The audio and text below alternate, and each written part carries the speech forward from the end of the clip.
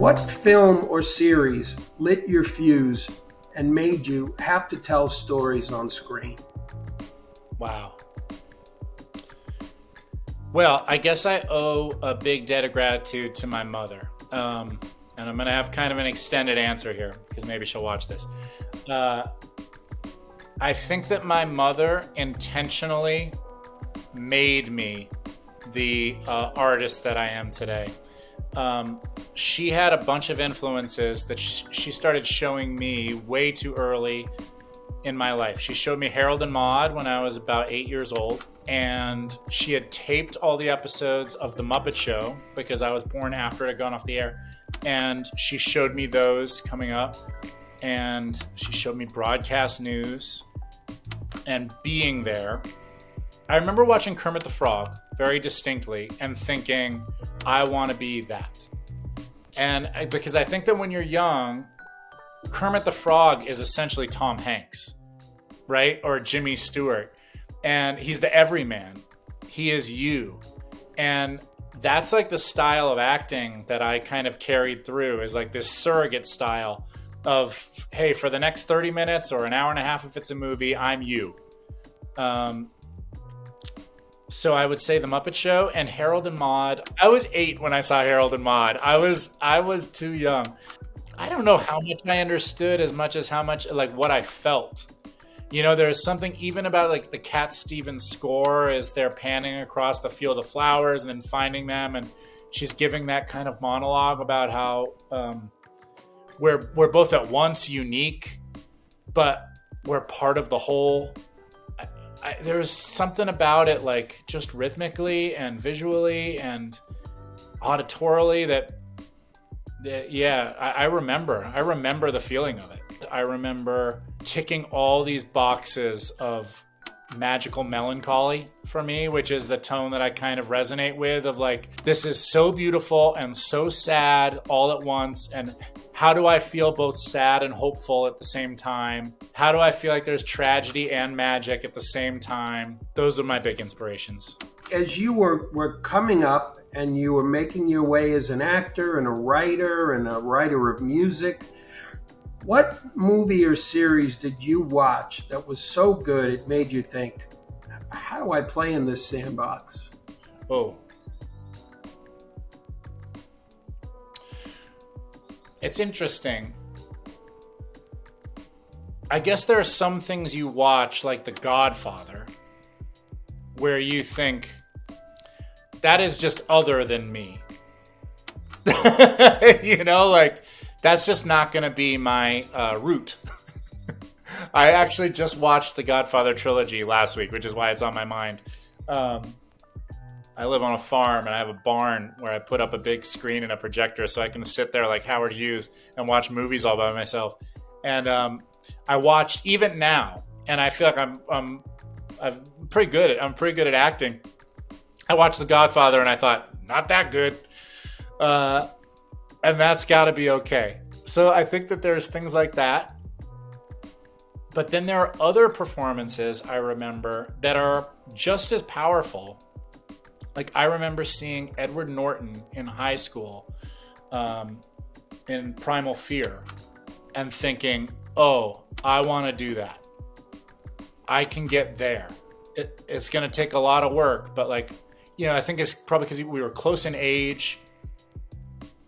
And I thought, like, oh man, look what you get to do if you get really good at this.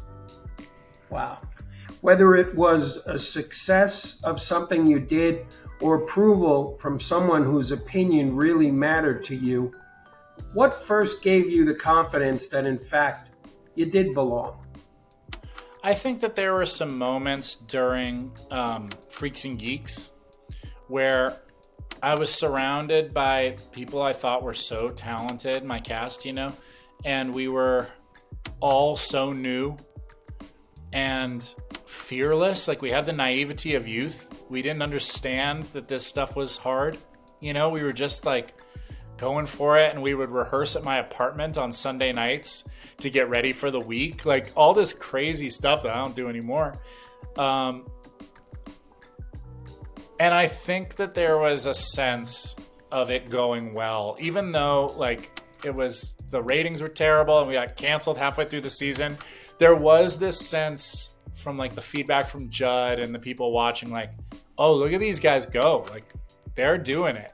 And then when that show got canceled, I literally think Judd Apatow set out on a Monte Cristo style revenge mission to show Hollywood that they were wrong. And like, I will systematically give these people movies to show you how dumb you are.